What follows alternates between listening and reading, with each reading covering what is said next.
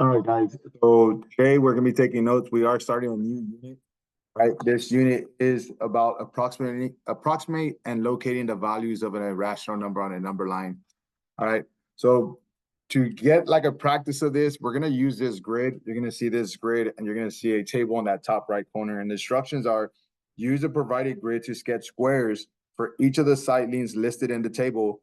Then complete the second and third columns of the table, expressing the relationship in between the sides of the length and the areas of each square.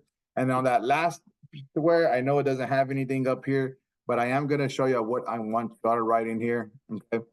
So what we are doing is pretty much we're making squares. And we know when we make a square, the length and the base, or the base and the height, are going to be the same size.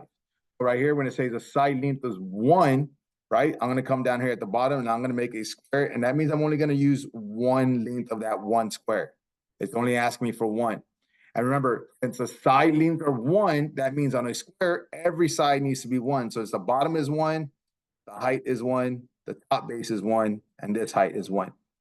Okay. The area of the square units is how many boxes we have in that entire outline we just made. There's only one box, so the area is 1. That meaning to find the expression of this area, since both of them is length times width, we did 1 times 1, right? We multiplied that same number 2 times. That's why we wrote this. The number we are multiplying is 1, and we have to multiply it 2 times.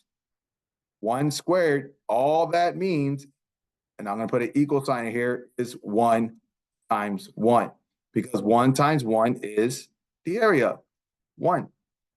Okay, so that's what exactly what that exponent means. It just means 1 times 1.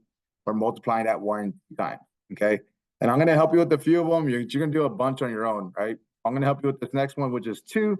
I'm going to come down here and it's the same thing. Okay, my side length is 2, meaning it's a square. Every side has to be the same length. So I come here, make a bottom of 1, 2, and since this bottom base is 2, that means my height needs to be 2. That means my top base needs to be 2. That means this height needs to be 2. Okay.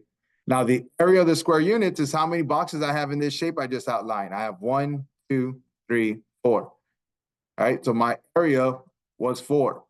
The way that we actually will solve that will be base times height, which is 2 times 2, meaning that we multiplied the number 2, we multiplied it 2 times. It was the same number.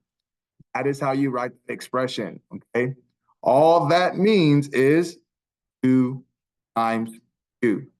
That is how we got this 4 over here, the area. These are squares. Every length is the same size, okay?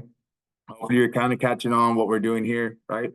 This one is a 3, meaning I'm going to write the base of a square 3. 1, 2, 3. That is 3. And on a square, every side length has to be the same. So if it's 3 going down at the bottom, it should be 3 going up on the top, 3 going over here on the top, and 3 going back down, meaning that this side is 3 as well. The way you find the area is base times height, which is 3 times 3, and 3 times 3 is 9.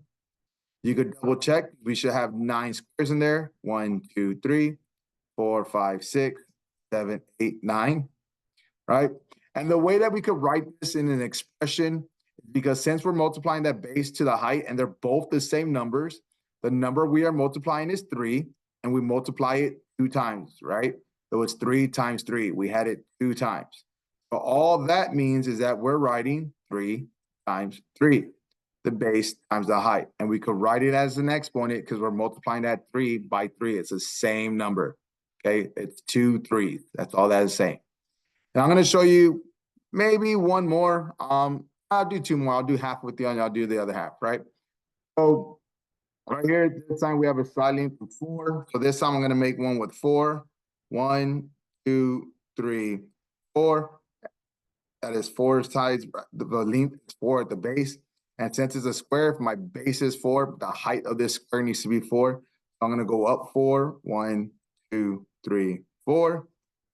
The top base needs to be the same length as the bottom base because it is square. So that's going to be 4 across. And the height on this side, when I connect it, you're going to see that is also a 4. So I have a base of 4 and a height of 4. 4 times 4 to find the area is 16. You can double check that because I should have 16 squares in here now. So it's 1, 2, 3, 4, 5, 6, 7, 8, 9, 10, 11, 12, 13, 14, 15, 16, 16.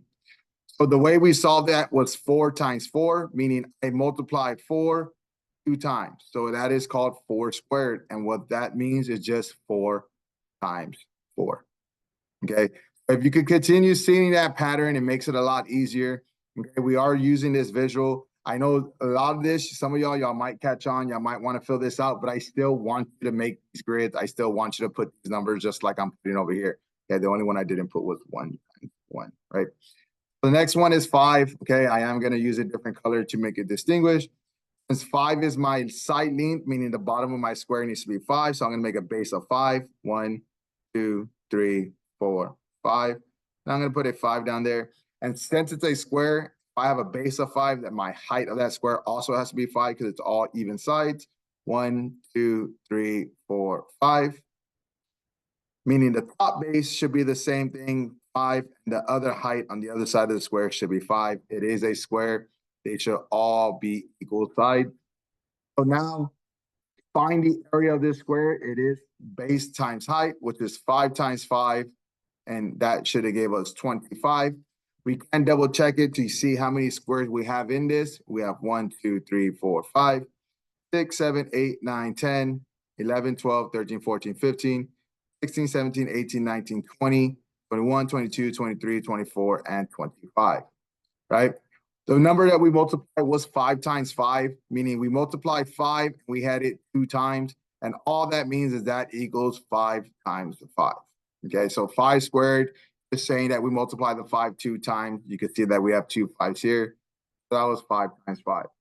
Okay, you have all of this area right here. I am going to highlight it. You don't need to highlight it, but I am going to show y'all. You have all of this spot right here. Okay, and you have a lot more space over here, and you have all that. You need to be able to fit these numbers in here. So you are going to make them, you are going to write the numbers just like we did here. Any empty spot that you want, okay, if I were you, I would try to organize a little bit so you can fit all of them. But you do need to complete and fill out this table. I do want you to put the equation over here, and I can even write the word equation. That's what the equation is for this expression, okay? Other than that, guys, this is your notes. Have a good day. If you are done and there's still time in your group, make sure that you are working on Dreambox afterwards. Thanks.